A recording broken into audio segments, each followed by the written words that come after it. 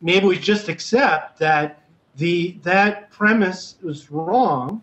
The United States is not going to deliver Israel, and people who want to see peace are going to have to do something else and give up on the idea that the president of the United States is going to do this. Because apparently he's not. So what else could we do? And, there have been people around the world for a long time have been saying that, stop looking to this so-called peace process because it's not delivering and it's not going to deliver. So we should look somewhere else. Maybe we should look to Palestinian and Israeli civil society movements that are resisting the occupation, and see how we could help those movements. New York Times Magazine just had a cover story on the nonviolent resistance movement in Nabi Saleh.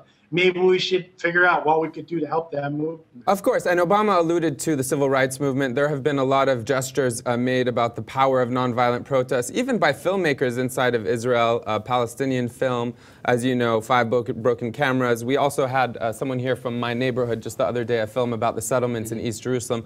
Mike, I want to ask you, based on what Robert said, what Yusuf said, it seems to me that the U.S. really can't be seen as a credible mediator or negotiator in this peace process. So what was Obama accomplishing then in that speech, in your opinion? So I actually would dispute that it's a white flag and that the U.S. is divesting itself from the peace process. In fact, I imagine that John Kerry will probably actually double over and try to achieve what Obama had probably just made overtures towards.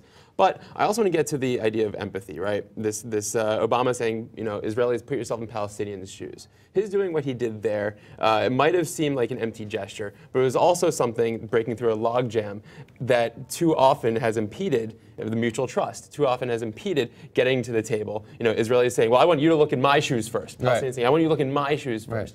Whereas, if you just have someone go in and say, hey, this is something that must be done. You are, yes, the occupier. You are the ones with the military. You are the ones with the state. You can actually, without forfeiting your own identity, without forfeiting your own state, look to the other side and say, hey, that's an intolerable thing that they're going through. And yes, you have the choice to do this, as Yusuf has said, but it is also an obligation. It's also something you must do in order to preserve how you view your own country, which is Jewish and democratic. And perhaps the very existence of the Israeli state, as he implied, will rely on whether you do or do not challenge your leaders, so as it were.